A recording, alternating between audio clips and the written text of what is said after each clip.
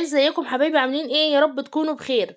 وحشتوني جدا جدا. كل سنه وانتم طيبين وسنه سعيده عليكم. شايفين الفيديو بدايته حلوه ازاي؟ الفيديو اللي ما بيختلفش عليه اي حد، الاكله المصريه الجميله الفسيخ. الفسيخ اللي ما اختلفش عليه اي مصري، الكل المصريين بيحبوه، وكل واحد وليه طريقته في تمليح الفسيخ، وكل بلد وليها طريقتها في تمليح الفسيخ، وانا حبيت اعمله معاكم بطريقتي. ان شاء الله تعجبكم وتجربوه بطريقتي، هيطلع معاكم زي ما انتم شايفين كده، اللون الوردي الجميل. السمك، اللحمه بتاعت السمك دايبه وجميله كده. السمك بتاعي طلع كمان فيه كنز، طلع فيه بطاريخ كده، مش عارفه انتوا بتسموها ايه، بس طبعا كانت جميله قوي. يعني طعمها تحفه. السمك ذات نفسه كان جميل وطازه وفريش، وهقول لكم ازاي انا جبته، وازاي هنعمله بالطريقه الصحيحه، وازاي نختار السمك اللي هو ينفع يكون للفسيخ. وكمان انا حدقته ازاي، وكمان لما تيجي تشتري السمك تشتريه عامل ازاي. هقول لكم كل التفاصيل دي في الفيديو. وطبعا لو عجبكم الفيديو ما تنسوش تعملوا لايك وتشتركوا في القناة وتفعلوا زر الجرس علشان يوصلكوا كل جديد دايما من عندي. هبدأ معاكم الفيديو ان شاء الله على طول، واقول لكم انا عملت ايه وجبت سمك قد ايه، وكمان اخترت السمك ازاي، والسمك بتاعي يكون عامل ازاي. معايا 2 كيلو من السمك. السمك بتاعي لازما يكون طازه وفريش. اعرفه ازاي انه طازه وفريش؟ ان عينيه ما يكونش ملغوشه، العينين بتاعته صافيه زي ما انت شايفه كده. النغشيش بتاعته تاني حاجه كده، او الخيشين بتاعته تكون لونها احمر، ما تكونش بايته عند السماك. كمان القشر بتاع الفسيخ او النوع السمك البوري ده، ان انت تجيبيه ما يكونش القشر بتاعه بينزل او بيطلع في ايدك بكميه كبيره. وشايفين بقول لكم القشر بتاعه ما طلعش في ايدي، بس انا هروح دلوقتي اغسله، ودي اهم حاجه لازم نعملها. نغسله كويس او ننشفه بفوطه، لو انت مش حابه تغسليه ننشفه بحته كويسه جدا، ما نخليش فيه اي ميه. وكمان نجيب كوبايات كده ونحطه الفسيخه من عند راسها كده لتحت، تنزل اي سوائل جواها. هبدا معاكم هنا ان انا ملحه. معايا حبه ملح خشن وحبه ملح ناعم. هحط على حبه الملح الخشن دول معلقه شطه ومعلقه كركم، وحبه الملح الناعم معلقه شطه ومعلقه كركم.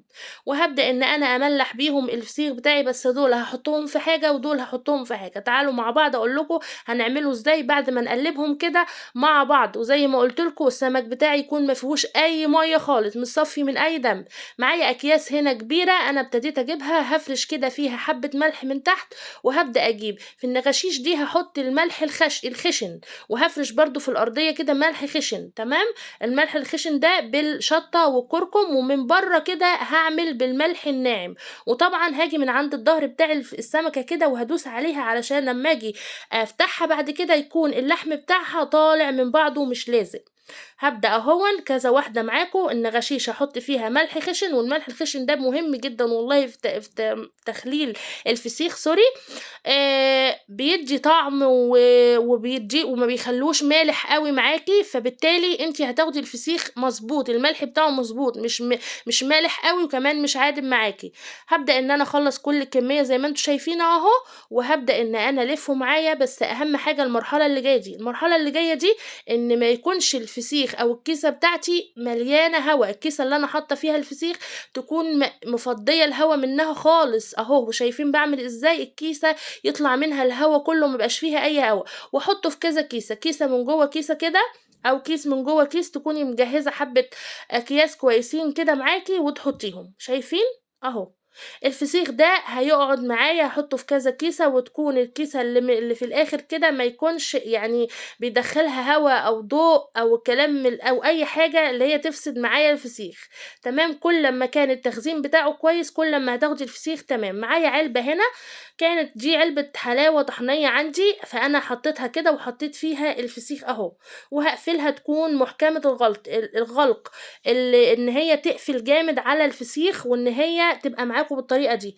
هنقعد الفسيخ ده في العلبة دي لمدة 10 ايام لو هو في الشتاء، ولو هو في الصيف اسبوع بالكتير، وان شاء الله تاكلي احلى فسيخ. هنا كان الفسيخ استوى معايا، شايفين بقول لكم نزل المية بتاعته ازاي، ما شاء الله حاجة كده جميلة. تعالوا بينا لما نفتحه مع بعض ونشوف بقى عامل ازاي. وطبعا في المرحلة اللي هي بتاعة التخزين دي انا كنت بقلبه كل يومين كده على الجنب ده ومرة على الجنب ده، علشان كله يتملح ويبقى التمليح بتاعه مضبوط، وإن إحنا ناخد فسيخ تمام، أو سمكة كده متملحة تمام زي ما بيقولوا، حاجة كده ما شاء الله عليها. هافتحه معاكم أهو تشوفوه دلوقتي، وهنشوف هو طلع فيه إيه. طلع فيه كنز جميل، طلع فيه خير حلو أوي ما شاء الله. شايفين السمكة حلوة إزاي؟ وكل ما كانت السمكة كبيرة معاكي كل ما كان اللحم فيها يبقى كتير بتاع الفسيخ، وكل ما تستمتعي بطعم الفسيخ. يعني السمك البوري الصغير ده ما تجيبهوش. السمك الكبير حلو وبيبقى مليان لحم وبيبقى مليان كله كده حاجات كتير كده تقعدي تاكلي في السمكة. بصراحة أنا عندي الفسيخ ده حاجة كده مميزة عندي، أكلة مميزة عندي. يعني بتجيبي كده الأكلة وتقعدي تاكلي ما بتحسيش بنفسك. ما شاء الله عليها، حاجة كده جميلة قوي. اهو هبدأ ان انا انضفه معاك، وهشيل القشر، وهشيل الزعانف بتاعته ديا، وهشيل كل حاجة من عليه. سكينة بقى او بظهر المقص كده هتبدأي ان انتي تجرشي القشر بتاعه. في ناس ما بتشيلش القشر بتاعه ولا الراس، لا انا بحب انضفه كده واغسله كمان من بره قبل ما افتحه من جوه. يعني الحاجة لما تبقى على نظافة كده حاجة جميلة، وتاكلي فيها وانتي مبسوطة كده، مش حاجة بقى قشر من القشر ده يطلع يضايقك كده وانتي بتاكلي، لا. وكمان انا ما بحبش اخليه، انا بحب ان انا افتح الفسيخة كده واقعد اكل منها، لكن انا الفسيخ المخلي ده ما بحبوش. ما شاء الله عليها، حاجة كده تحفة اهو، وسهل جدا. شايفين القشر بتاعه عليه ازاي، وكمان ما طلعش منه ما شاء الله عليه. هنا كنت غسلته ونضفته، وهبدأ ان انا هفتحه معاكم.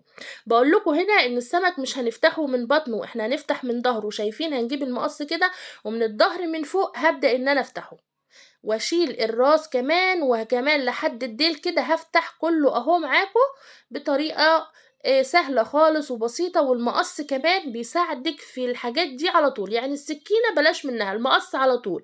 شايفين؟ هفتح معاكم اهو، بس هشيل الراس الاول. في ناس بتحب الراس تمصمصها، احنا لا برضو يعني كده. بس يعني احنا بنحب السمكة تكون كبيرة عشان نستخدمها، ما نحتاجش للراس. اهو هفتحه معاكم. شايفين طلع فيه ايه؟ طلع فيه البطاريخ كلها، كل السمك ال2 كيلو اللي كانوا معايا ما شاء الله طلع فيهم بطاريخ. وكمان تبقي بالراحة كده، بس هنا البطروخ ده كان مهرية شوية معايا، بس هفتح معاكم واحدة كمان وتشوفوها ما شاء الله عليها. شايفين؟ شايفين الجمال؟ وهبدأ اشيل بقى الحاجات اللي هي الزيادة دي اللي هي ما بتتاكلش. وكمان الحتت السمرة دي هننضفها كمان كلها لما نيجي نطلع منه اللحم بتاعه، او نيجي ناكل كده. وكمان اهو كله بيتنضف وبيفضل على جنب، وهركنه على جنب، وهنضف معاكم واحدة تانية تشوفوها. شايفين البطاريخ؟ ما شاء الله حاجة كده جميلة كهرمان، وطعمها تحفة، والسمك ما كانش مالح، كان مظبوط، وكان بصراحة حاجة كده ما شاء الله عليه. هبدأ برضو افتح واحدة كمان معاكم اهي من الظهر، حاجة كده جميلة ما شاء الله. لو وصلتي لحد هنا في الفيديو ما تنسيش تعملي لي بقى لايك، وكمان تعملي شير كتير، وكمان تشتركي في القناة لو انتي مش مفعلة زر الجرس، فعليه عشان يوصلك كل جديد من عندي. ما شاء الله عليه. شايفين؟ شايفين طالع كل ما شاء الله ال5 فسيخات اللي كانوا معايا 2 كيلو. شايفين الجمال؟ الله اكبر عليهم. بجد بجد جربوا الفسيخ بالطريقة دي. وتعالوا بقى دلوقتي اوريكم وانا بخليه كده، او وانا بطلعه كده، اوريكم اللحم بتاعه طالع ازاي.